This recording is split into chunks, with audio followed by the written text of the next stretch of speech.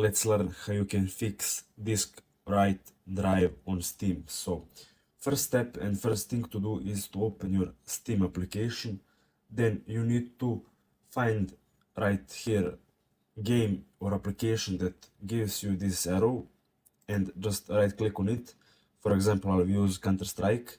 So right click on it, go to properties, then click here on installed files and verify integrity files. So click on it, let it check it files, and if it has something bad and some bad file corrupted, it will be fixed.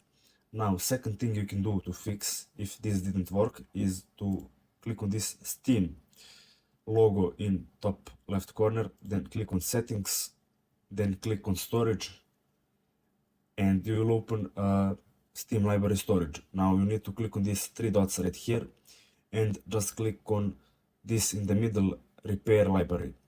That's the second thing to do.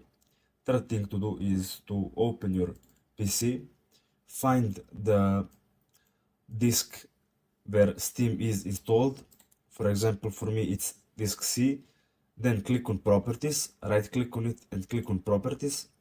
Then go to tools, you need to check arrow and optimize and defragment drive.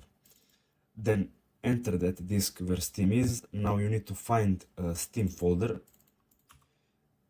And when you did that, make sure to check if games are on that Steam folder. So as you can see here, you can head over to Steam, Steam apps, then common. It should be right here. So let's head back to Steam. You need to right click on it, click on properties and uncheck this read only. So uncheck it, apply, click OK.